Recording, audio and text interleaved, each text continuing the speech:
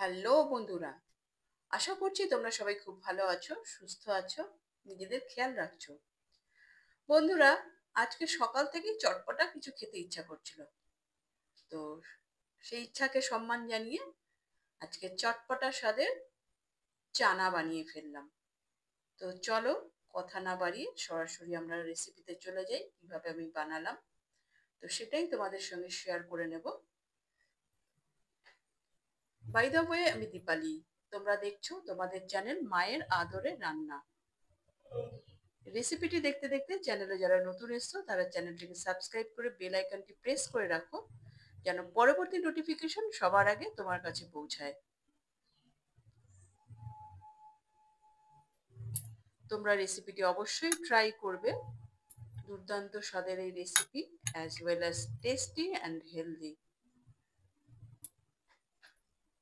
সন্ধেবেলায় যদি এটা পাওয়া যায় তো একদম জমে যাবে, বাচ্চারা তো একদম খুশিতে নেচে উঠবে। চলো সরাসরি রেসিপিতে চলে এসেছি। দেখো, আমি ছোলা এবং মটর ভিজিয়ে রেখেছিলাম।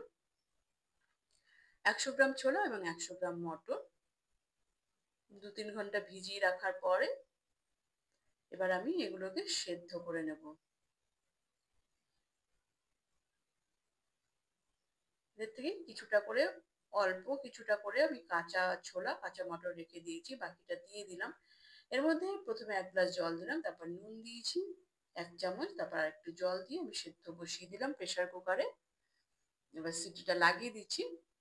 হাই ফ্লেমে আমি 2টো সিটি দিয়ে সেদ্ধ করে নেব। চানার ছোলা মটর জানোই একটু খুব বেশি নরম হয় না। তো এবার আমি একটা ভাজা মশলা তৈরি করে নেব। এর মধ্যে গ্যাসে আমি ফ্রাই প্যান বসিয়ে দিয়েছি, এর মধ্যে 3টি শুকনো লঙ্কা আমি ছিঁড়ে দিয়ে দিলাম, 1/2 চামচ গোলমরিচ, 3টি ছোট এলাচ চিড়ে দিয়ে দিচ্ছি। এর মধ্যে দিয়ে দিলাম 1 চামচ গোটা ধনে, 1 চামচ গোটা জিরে দিয়ে ভালো করে রোস্ট করে নিচ্ছি।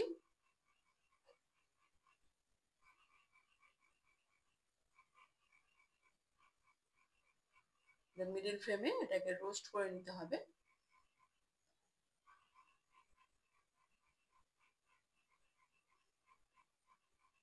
এর মধ্যে আমি দিয়ে দিলাম 1 চামচ বিট নুন, এর সাথেই আমি ভেজে নিচ্ছি, রোস্ট করে নিচ্ছি। এরপর মিক্সিতে আমি গুঁড়ো করে নেবো সব একসাথে। দেখো, এগুলো থেকে যখনই একটা সুন্দর গন্ধ বেরোবে তখনই বুঝবে এটা রোস্ট করা হয়ে গেছে। তারপর এটাকে ঠান্ডা করে আমরা মিক্সিতে গুঁড়ো করে নেব।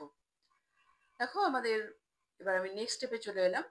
আমি আলু সেদ্ধ করে রেখেছিলাম আগে, সেটাকেই ছোট ছোট টুকরো করে কেটে নিয়েছি, সেটাই আমি একটা বাটিতে দিয়ে দিচ্ছি।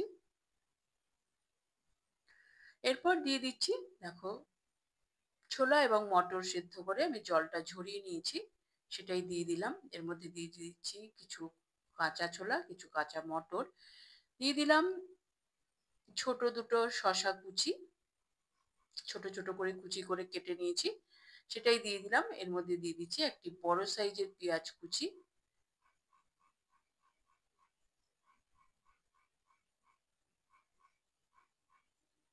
দুটি মাঝারি সাইজের টমেটো কুচি দিয়ে দিচ্ছি, ধনেপাতা কুচি দিয়ে দিলাম এবং দিয়ে দেবো 3টি কাঁচা লঙ্কা কুচি।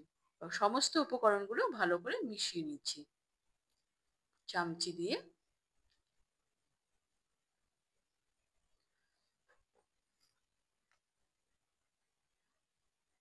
এবার দেখো, যে মশলাগুলো আমি ভেজে রেখেছিলাম তো সেটাই আমি মিক্সিতে গুঁড়ো করে নিয়েছি, তো সেটাই আমি এবার দিয়ে দিচ্ছি মিক্সির জার থেকে। আর দিয়ে দেবো তেঁতুলের পাল্প। আমি কিছুটা তেঁতুল জলে ভিজিয়ে রেখেছিলাম, সেটাই পাল্পটা আমি দিয়ে দিচ্ছি।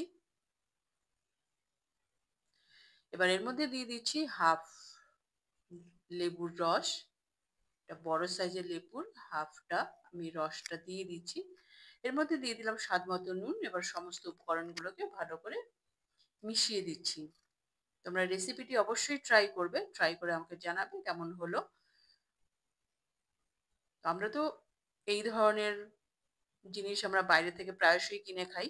তো বাইরের খাবার অ্যাভয়েড করে আমরা যদি বাড়িতেই এভাবে স্বাস্থ্যসম্মতভাবে বানিয়ে নিতে পারি তাহলে তো কোনো কথাই নেই। স্বাস্থ্যও ভালো থাকবে অ্যাজ ওয়েল অ্যাজ ফ্রেশ জিনিসও পাবো। তো এবার আমি এটাকে সার্ভ করে দিচ্ছি।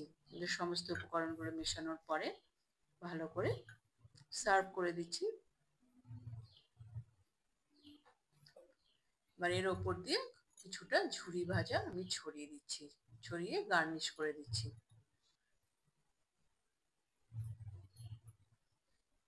দেখো আমাদের রেডি চানা,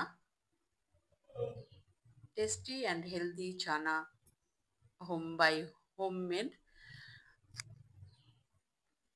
রেসিপিটি কেমন লাগলো কমেন্ট করে অবশ্যই জানাবে। ভালো লাগলে লাইক করে দিও এবং তোমার প্রিয়জনদের সঙ্গে প্রচুর প্রচুর প্রচুর শেয়ার করো। পরবর্তী এপিসোডে আবার দেখা হবে। ততক্ষণের জন্য সবাই সুস্থ থেকো, ভালো থেকো। নমস্কার।